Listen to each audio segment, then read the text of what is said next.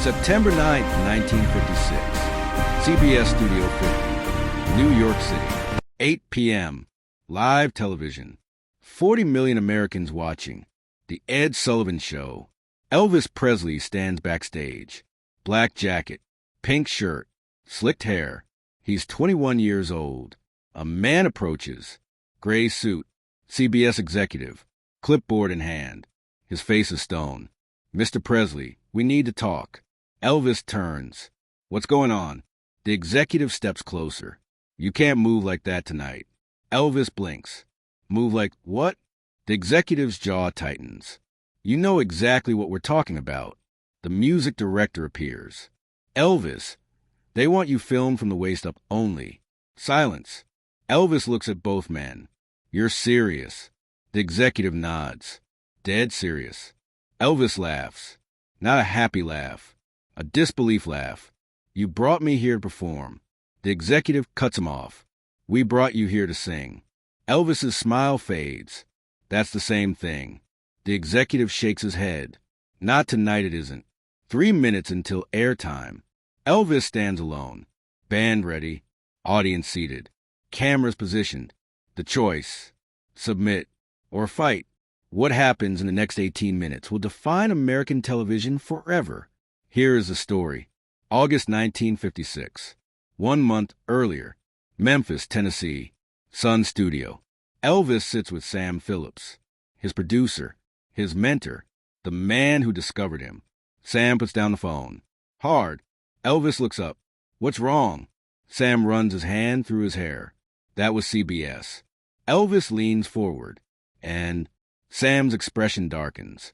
They want you on Sullivan. Elvis jumps up. That's incredible. Sam doesn't smile. Sit down, son. Elvis sits. Slow. Confused. What's the problem? Sam pulls out a letter. Dated August 15th, 1956. CBS letterhead. He reads aloud. Mr. Presley's performance must adhere to network standards of decency. Elvis frowns. What does that mean? Sam continues reading. Camera angles will be adjusted to ensure appropriate viewing for family audiences. Elvis understands now. His face hardens. They want me censored. Sam nods. From the waist up only. Elvis stands. Walks to the window. Looks out at Beale Street. The same hips that made him famous. The same moves that filled concert halls. The same energy that drove teenage girls wild. Too dangerous for television. He turns back to Sam. What do you think I should do? Sam puts down the letter. I think you already know. Elvis does know. He's known since he was a kid. Singing in church. Moving to the rhythm. Feeling the music in his body. You can't separate the song from the singer. But this is Ed Sullivan. The biggest show in America. 60 million viewers. Career-making exposure. The network knows this. They're betting Elvis will compromise. Betting fame matters more than freedom. They're wrong. September 1st, 1956. 8 days before the show. Graceland, recently purchased. Elvis's first real home. Vernon Presley sits with his son. Kitchen table. Coffee cups. Morning light through windows. Vernon reads the CBS contract. Page after page. Standard television clauses. Then the paragraph. Section 7. Performance restrictions. Vernon looks up. Son, this is a lot of money. Elvis knows the number. $50,000. 3 appearances. Record-breaking payment for a musical guest. More money than Vernon made in 10 years. But there's a cost. Elvis pushes his coffee away. It's not about the money, Daddy. Vernon sets down the contract. Then what's it about? Elvis stands. Paces. Stops. It's about who gets to decide. Vernon doesn't understand. Decide what? Elvis turns to his father. How I perform. How I express myself. How I exist. Vernon is quiet. He's never seen his son like this. So certain. So resolved. The phone rings. Gladys answers. Elvis's mother. Her face changes. She covers the receiver. It's Colonel Parker. Elvis takes the phone. Colonel. Colonel Parker's voice booms through the line. Loud enough for Vernon to hear. Elvis, we need to discuss Sullivan. Elvis's jaw sets. What's there to discuss? The Colonel sighs. Heavy. Frustrated. CBS is not budging. Waist up or nothing. Elvis grips the phone tighter. Then it's nothing. Silence on the line. Long silence. Finally, the Colonel speaks. Voice lower now. More serious. Elvis, do you understand what you're throwing away? Elvis looks at his mother. She's watching. Worried. Loving. I understand exactly what I'm doing.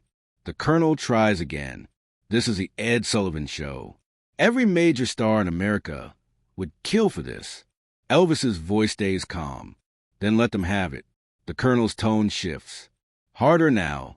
Business now. I built your career on strategic decisions. This is not strategic. Elvis's response is simple. Maybe it's not about strategy. What's it about then? Elvis looks out the window. At the trees. At the sky. At Memphis beyond. It's about being able to look at myself. The Colonel is silent. Then he makes one more attempt. Voice softer. Almost paternal. Son, sometimes we have to compromise. Elvis's response is immediate. I've been compromising my whole life. What does that mean? Elvis's voice drops. Quieter now. Personal now. It means I grew up poor. It means I watched my mother work herself sick. It means I know what it's like to have nothing. He pauses. And now I have something. A voice. A platform. A choice. Vernon watches his son. Sees something. The boy is gone. This is a man. Elvis continues. If I let them decide how I move, how I perform, how I express myself, then what do I really have? The Colonel doesn't answer. Elvis fills the silence. I'll do the show their way. I'll stand still. I'll be appropriate. I'll be what they want. The Colonel brightens. Good. That's... Elvis cuts him off. But only if they're honest about it. The Colonel pauses. What does that mean? Elvis's voice is steel. It means no hiding. No camera tricks. No pretending this is normal. The Colonel is confused now. I don't follow. Elvis explains. I want America to see exactly what's happening. I want them to know I'm being censored. I want them to understand the choice being made. Silence. The Colonel finally speaks. Elvis. They'll never agree to that. Elvis smiles. Small smile. Knowing smile. Then I guess we'll find out. September 6, 1956. 3 days before the show. CBS headquarters. New York City. Emergency meeting. Ed Sullivan himself. Still recovering from car accident. Didn't even want Elvis originally. Thought he was too controversial. But the ratings. Steve Allen had Elvis. Beat Sullivan in the numbers. First time in years. Sullivan had to respond. Now he sits with network executives. 5 men in suits. Conference room. Windows overlooking Manhattan. The problem sits in the center of the table. Elvis's counterproposal. Sullivan reads it aloud. Voice measured. Controlled. I will perform within CBS guidelines. However, the restriction must be acknowledged. On air. By the host. Before my performance. One executive laughs. Not a happy laugh. A frustrated laugh. He wants us to admit we're censoring him. Another executive shakes his head. We can't do that. Sullivan looks at the paper. Reads the next line. The American people deserve to know when artistic expression is being limited. The room falls quiet. Sullivan sets down the paper. He's been in television for years. Seen plenty of difficult performers. But this is different. An executive leans forward. Ed, we can't set this precedent. Sullivan doesn't respond. Another executive adds. Every performer will start making demands. Sullivan still doesn't speak. The first executive tries again. We have standards. We have broadcast codes. We can't apologize for protecting families. Sullivan finally looks up. He's not asking us to apologize. The executive blinks. Then what's he asking? Sullivan taps the paper. He's asking us to be honest. The room is silent. Sullivan continues. He's asking us to acknowledge that we're making a choice. Not hiding behind policy. Not pretending it's natural. Just being clear. One executive objects. It'll make us look weak. Sullivan shakes his head. It'll make us look honest. Quick thought. Have you ever been told to hide who you really are? Drop a comment. Another executive pushes back. The sponsors won't like it. Sullivan stands, walks to the window, looks down at the city. He thinks about his show, his legacy, his responsibility. He thinks about Elvis, 21 years old, refusing to compromise, willing to walk away from millions. Sullivan turns back. Call his manager. The executives look at each other. Sullivan's voice is final. Tell them we agree. One executive stammers. You can't be serious. Sullivan's expression doesn't change. I'm completely serious. But Ed, Sullivan raises his hand. Here's what we're going to do. I'm going to introduce him. I'm going to explain the situation.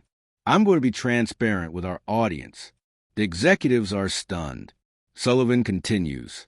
And then Elvis is going to perform, within our guidelines, but on his terms. The meeting ends. September 9th, 1956. We're back where we started. CBS Studio 50. 3 minutes until airtime. Elvis stands backstage. The executive with the clipboard has returned. His expression has changed. Mr. Presley, Mr. Sullivan would like to speak with you. Elvis follows.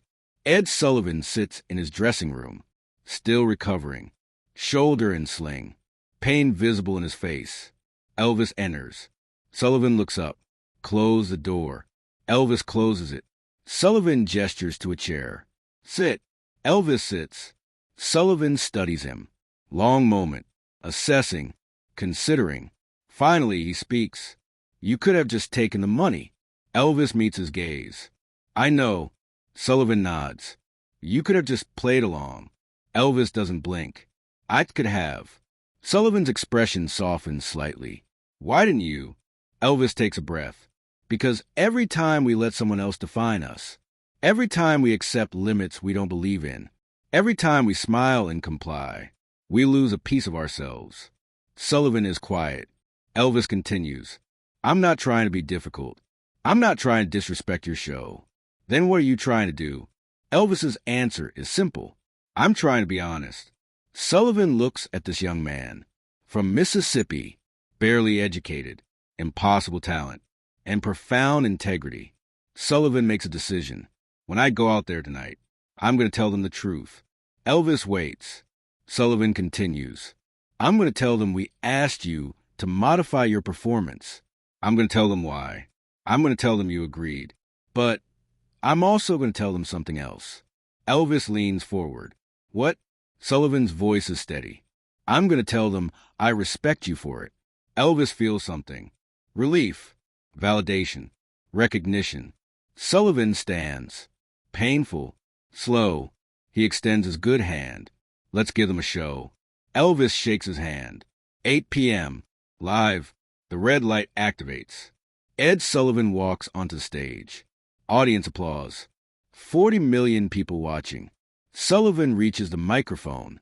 Good evening, ladies and gentlemen. He pauses. Tonight, we have a very special guest. A young man who has taken the country by storm. Elvis Presley. Applause. Screams from teenage girls. Sullivan raises his hand. Calls for quiet. Before we bring him out, I want to say something. The studio falls silent. America leans closer to their television sets. Sullivan continues. We've asked Mr. Presley to modify his performance tonight for standards and practices. Murmurs in the audience. Sullivan doesn't stop. We've asked our cameraman to film him differently than they would other performers. More murmurs. Louder now. Sullivan's voice stays calm. We've done this because we believe in protecting family viewing. We've done this because we have a responsibility to our audience. He pauses. But I want you to know something else. The studio is completely quiet now. Mr. Presley didn't have to agree. He didn't have to be here. He could have walked away. Sullivan looks directly into the camera. But he chose to stay. He chose to perform within our guidelines. Not because he agrees with them, but because he respects you. The audience. The American people. Silence. Sullivan's voice fills it. And I want you to know that I respect him for his talent, for his integrity, and for his courage. He turns to the wings. Ladies and gentlemen, Elvis Presley. The curtain parts. Elvis walks out. The audience erupts. Elvis takes the microphone, looks at Ed Sullivan, nods once. Thank you. Sullivan nods back, steps aside. Elvis turns to the camera. To America. The band starts. Don't be cruel. Elvis stands still, completely still, camera framed waist up. He sings. Perfect pitch, perfect tone, perfect control. But something's wrong. The energy isn't there. The passion is contained. The Elvis everyone knows is missing. 30 seconds in, Elvis stops singing. The band continues. Elvis looks at the camera, looks at Ed Sullivan, looks at the audience. He speaks, voice clear, amplified. I appreciate Mr. Sullivan's kind words. The band stops. Complete silence. Elvis continues. I appreciate this opportunity. I appreciate being here. He pauses. But I can't do this. Gasps from the audience. Elvis looks at Sullivan. I'm sorry, sir. I truly am. But if I'm going to sing, I have to sing the way I know how. Sullivan doesn't move. Elvis turns back to the audience, to the camera, to America. Music isn't just sound. It's movement. It's feeling. It's body and soul together. His voice strengthens, and I can't separate them. I won't separate them. He looks at the camera operators. So fill me however you want. Censor me however you need. But I'm going to perform. Really perform. He turns to the band. From the top, the band looks at the director. The director looks at Sullivan. Sullivan stands there, shoulder and sling. Biggest show in television. Biggest risk of his career. He could stop this. Cut to commercial. End the performance. He doesn't. Instead, he nods. Once. Small nod. The director sees it. Signals the cameras. The band starts again. And Elvis moves. Hips swivel. Legs shake. Body alive. The audience screams. The cameramen film. Full body. No restrictions. No censorship. Elvis sings Don't Be Cruel the way it was meant to be sung. With everything. The song ends. Chaos. The audience is standing. Screaming. Applauding. Elvis is breathing hard. Sweat on his forehead. Shirt sticking to his back. He looks at Sullivan. Sullivan walks to him. Slow. Deliberate. He reaches Elvis. Extends his hand. Elvis takes it. Sullivan leans to the microphone. His voice carries across America. Ladies and gentlemen, that is a performer. The applause continues. Sullivan adds, that is an artist. More applause. Sullivan's final words. That is Elvis Presley. The studio erupts. Backstage. 10 minutes later. The CBS executives wait. Faces pale. Contract in hand. Sullivan walks off stage. Still in pain, but smiling. The executives rush forward. Ed, what were you thinking? Sullivan doesn't stop walking. I was thinking about television. One executive follows. We had an agreement. Sullivan turns. We still do. We asked him to modify. He did, on his own terms. Another executive objects. The sponsors are calling. Sullivan's smile fades. Tell them to watch the ratings. He continues to his dressing room. Elvis waits there, standing, uncertain. Sullivan enters. Elvis speaks first. Mr. Sullivan, I'm sorry if I... Sullivan raises his hand. Don't apologize. But... Sullivan sits, winces from pain. You did something tonight that nobody expected. Elvis waits. Sullivan continues. You were honest. You were brave. You were yourself. Elvis doesn't know what to say.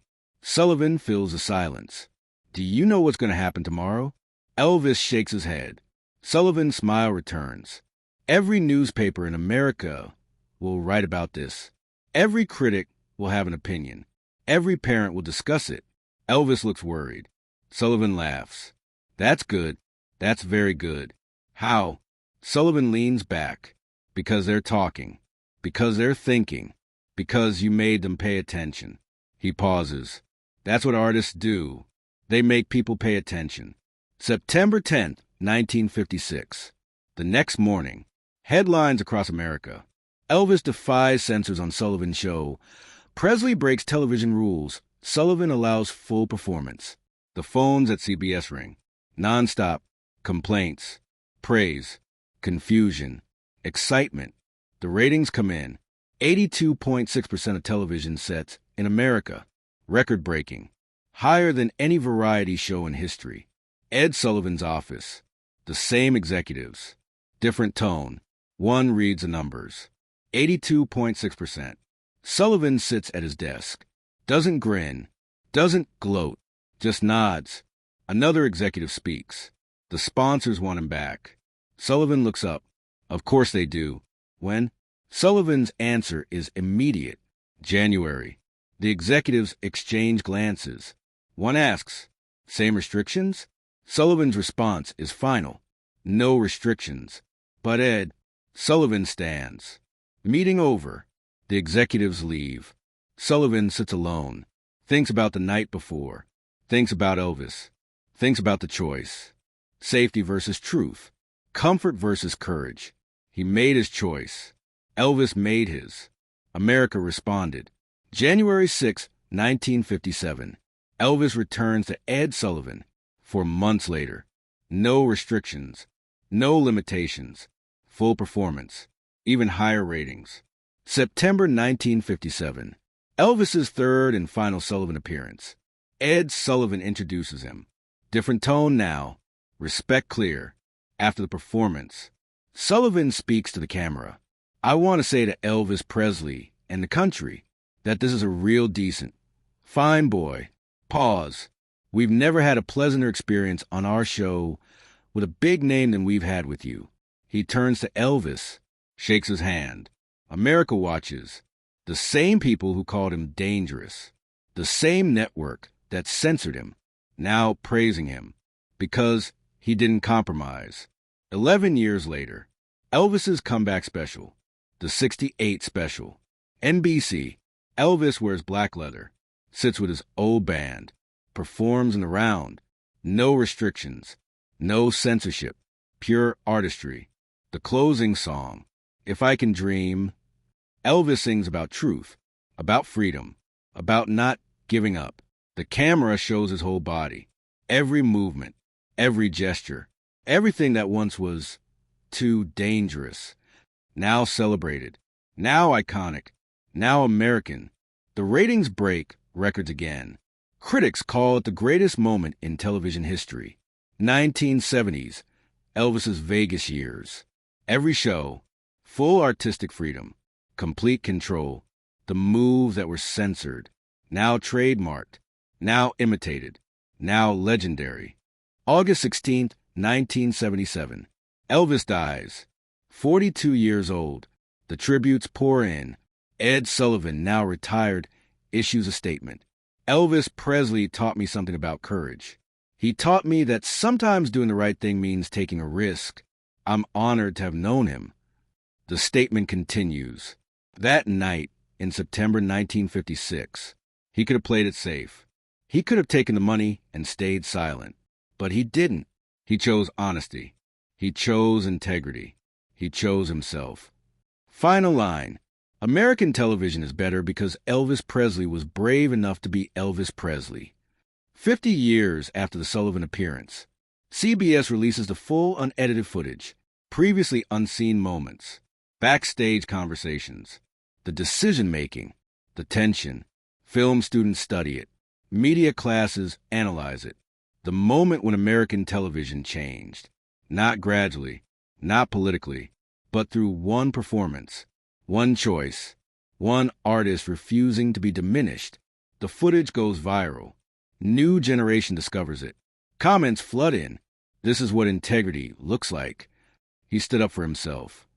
Real artists. They try to break him and he wouldn't break. Young performers watch, learn, understand.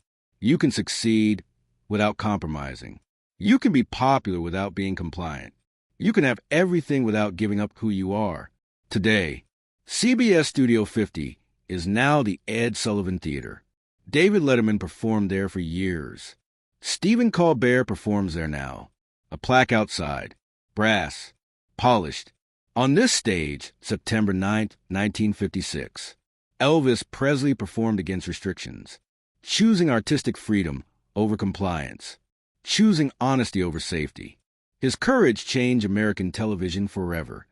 Inside the theater, behind stage, a photograph, Elvis shaking Ed Sullivan's hand.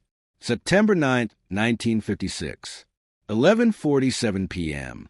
After the performance, both men smiling. Below it, Sullivan's handwritten note, dated September 10, 1956. Tonight, I learned that real talent cannot be contained. Real artists cannot be controlled. And real courage looks like a 21-year-old kid from Mississippi who refused to be anything less than himself. Ed, the note was found after Sullivan's death. 1974, among his most precious possessions. His family donated it to the Rock and Roll Hall of Fame, Cleveland, Ohio. It hangs there now, in the Elvis Presley exhibit. Millions see it every year. Read it, reflect on it, understand what it meant, what it still means. Quick thought, have you ever had to choose between safety and staying true to yourself? Drop a comment. The September 9th, 1956 performance wasn't just television. It was a statement about art, about freedom, about the cost of compromise, and the value of courage. Elvis could have submitted, taken the restrictions, stayed quiet, made the money. He didn't. Ed Sullivan could have shut it down, cut the commercial, enforced the rules, protected his show. He didn't. Both men chose truth. In front of 40 million people. And America responded, not with anger, not with rejection, with recognition. Recognition that something important had happened, something that mattered beyond entertainment. The right to be yourself, even when others want to change you, especially when others want to change you. That night became legend, not because of the censorship, but because of the response to it. Elvis didn't fight the restrictions with anger. He fought them with honesty. He told America what was happening. He performed anyway. He let his art speak. And his art said, louder than any words, you cannot silence what is real. The lesson lasted.